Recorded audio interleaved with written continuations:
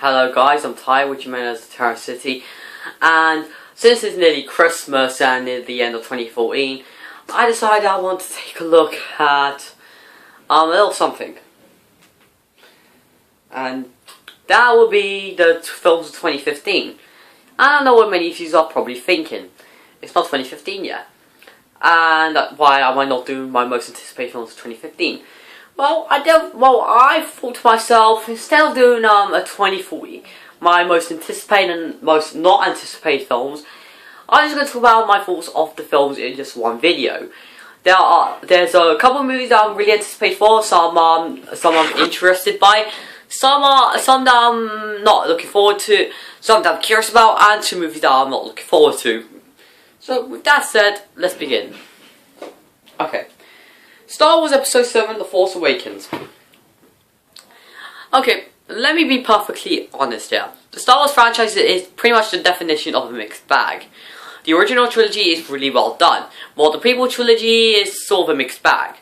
First one was just not good. It did have a good start, but then it just went.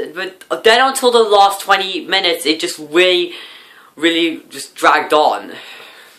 Second one was okay. Second one was good, if it did have some bad dialogue. Third one was really awesome though. But despite that, this franchise is a mixed bag. And with this one, this could go either way. It could be a bit like, it could pretty much be the Empire Strikes Back of the new generation of Star Wars, or be the Phantom Menace of the new Star Wars generation. Again, this could go either way, and I'm really looking forward to seeing it.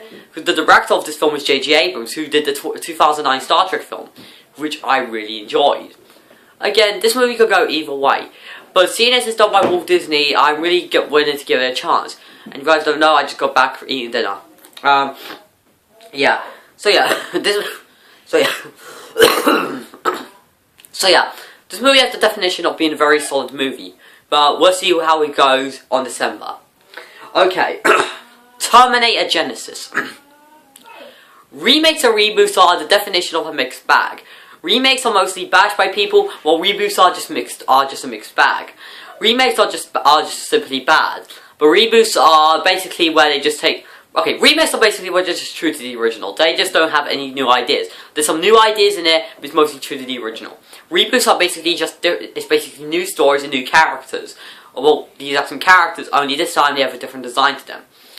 That's basically the same thing with Terminator Genisys. Now, if there is a good reboot, that's 2009 Star Trek, and if there's one that's okay, that's RoboCop, the reboot. This one is like Star Wars Episode 7. It could go either way. It could either be good or terrible, but this movie is pretty much going to be. This movie looks set to be okay. People are going to say, oh, but the trailers look really good, but the trailers look really awesome. People, I don't need to be rude here, and I don't need to break your dreams and make you say, oh, don't see this movie. But people, this is true.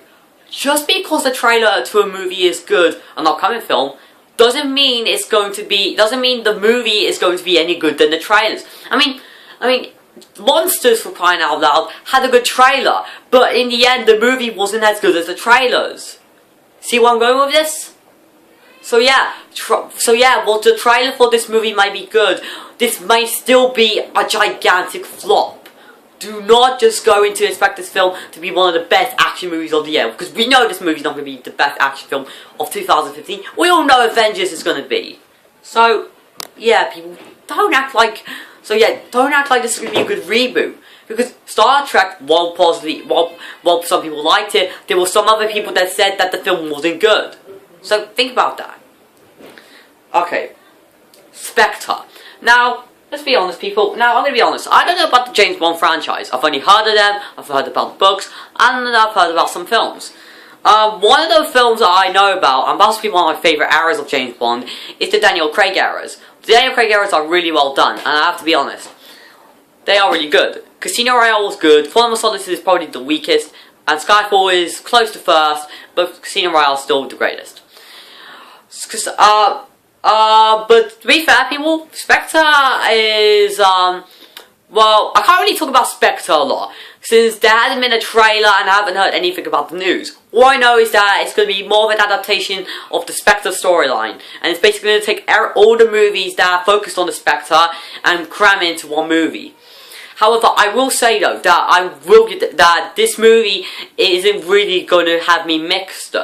I'm not really going to have mixed expectations. My only problem, my only one concern is they're pretty much, I think they're probably going to cram everything in, but that's just my opinion. However, but this film will be awesome because it has the director of Skyfall, the writers of the first 3 Bonds back, and it has a great cast here. And one of the casts I know from Sherlock, starring Benedict Cumberbatch. So this is really set to be really good. Again, when the trailers come out, we'll see how well this movie might be. But until November, on October, that's our decision. Mad Max Fury Road. Again, not going to talk about this one a lot, since I don't know about the Mad Max series. This is the only knowledge of it. But from what I could tell, the trailers tell this to be a really fun action film. But again, like Terminator, this won't be one of the best action films of 2015. But this one but this one's from the people that did the original trilogy. So all I can say is, well, I don't know about the franchise. All I know is that it's in safe hands. Thank God. So yeah, this movie's set to be a lot of fun. So yeah, let's see how it's able to do. Okay, this is actually one of my most anticipated films of the year, and that is Avengers: Age of Ultron. Now, to be honest, people, the first movie's not perfect by any means. It's not a perfect movie. There are some problems with it, real big problems.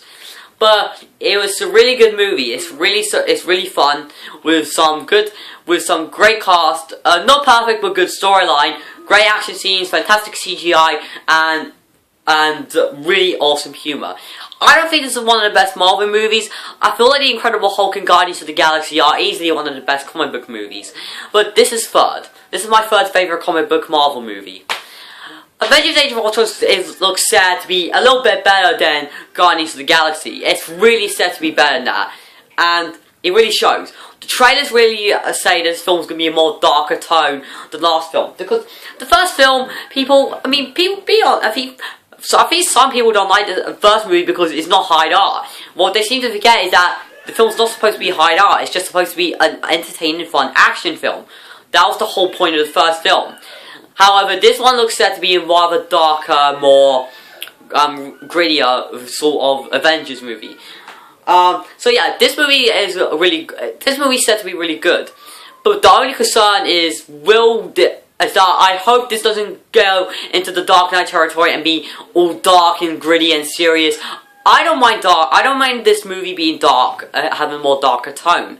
As long as they have the humor from the first movie in it, I'm all happy with. But hey, we don't know. So let's see if the sequel is not able to disappoint. Okay, this is something I want to talk about. Insurgent. Now, actually no, I will. Insurgent. I don't know about the books. I don't know about the movies. I mean, people, let's be honest. After the Harry Potter franchise died, the book adaptations have been pretty much subdued had pretty much been tramped on by teen book adaptations. I don't mind a book based on a teen supernatural theme. It's not bad. The only problem is that it's terribly written and terribly directed. The only two ones I've seen is Twilight and The Wonder Instruments. None of them have been good. I mean, Twilight is just laughably bad, aside from the third one, which was actually the only good one out there. Breaking Dawn was actually good. Aside from those two, the other ones are just laughably bad. I haven't seen the fourth one, but I don't really care. Wonder Instruments was just terribly written. Really terribly written. I have not seen Divergent, and since 24 is coming to an end, I have to watch it for some reason. And I'll probably watch this one, because this actually comes from the director of Red. I love Red. Despite its problems, it's really good. But again, this is coming from the same guy that did R.I.P.D., which to me was a guilty pleasure. So, yeah, this film might be good, this film might be bad, but let's hope that this film was able to be good as Catch a Fire, even if Catch a Fire did have a very slow start. Now, Jurassic World. This is something that's very curious. I'm not excited for. I'm not angered about. I'm just interested. I'm only interested because it looks set to be a fairly decent film.